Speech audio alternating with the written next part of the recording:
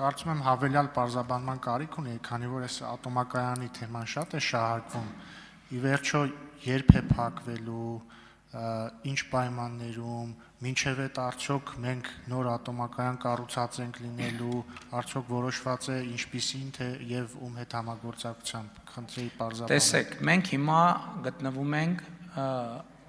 Մեծամորի ատոմակայանի գործունեության ժամկետը մինչև 2036 թվականը երկարացնելու ցիկլի մեջ,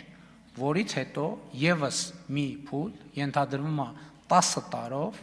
եւս հնարավոր կլինի երկարացնել Մեծամորի ատոմակայանի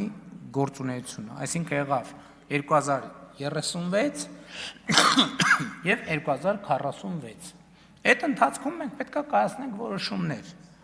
Եվ ելի եմ ասում, ես այս ամբիոնից ես այս նույն հայտարարությունը մի քանի անգամ գոնե ասել եմ։ Մենք նոր ատոմային ռեակտոր, միջուկային ռեակտոր ունենալու հարցը քննարկում ենք Ռուսաստանի հետ, Միացյալ Նահանգների հետ, Ֆրանսիայի հետ, Չինաստանի հետ, Հարավային Կորեայի հետ։ Եվ մենք բոլոր մեր գործընկերներին թափանցիկ կերպով, այսինքն եթե ամբիոնից ասում եմ, դա շարունակում ոչ մեկից գաղտնիք չենք պահում։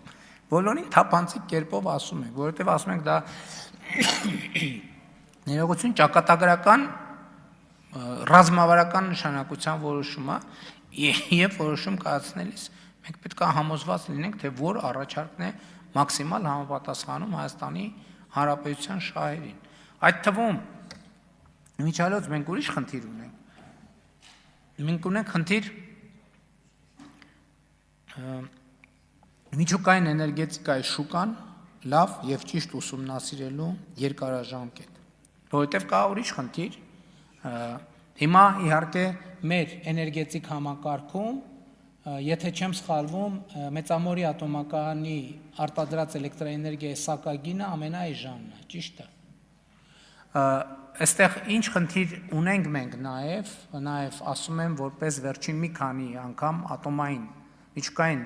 էներգետիկային վերաբերված տարբեր գագաթաժողովներին մասնակցելով, քննարկումներ ունենալով, մենք կան գնահատականներ, որ միջուկային վառելիքի պաշարը ընդհանրապես, այս պահին հայտնի պաշարները, իրենք 70 տարվա պաշարներ են։ Այսինքն, ինչ է սա նշանակում։ Սա նշանակում է, որ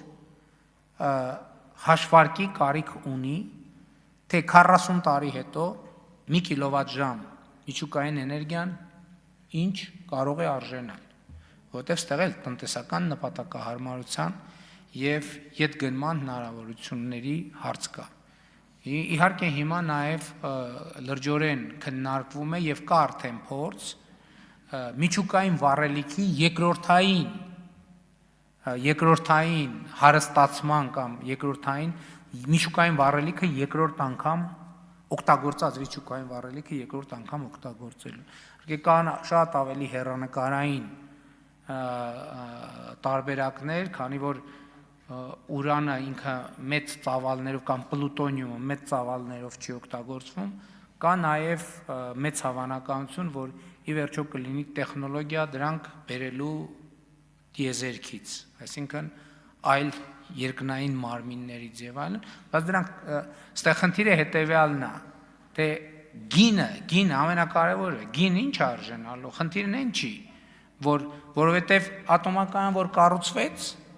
էական չի, ինչ միջոցներով է կառուցվի, դա պետքա տնտեսական, ֆինանսական սխեմա դրվի տակը, որպեսզի ներդրված գումարը վերադառնա։ Եվ այս է պատճառը, որ մենք հիմա կան գործընկերներ են, որ մեզ ասում են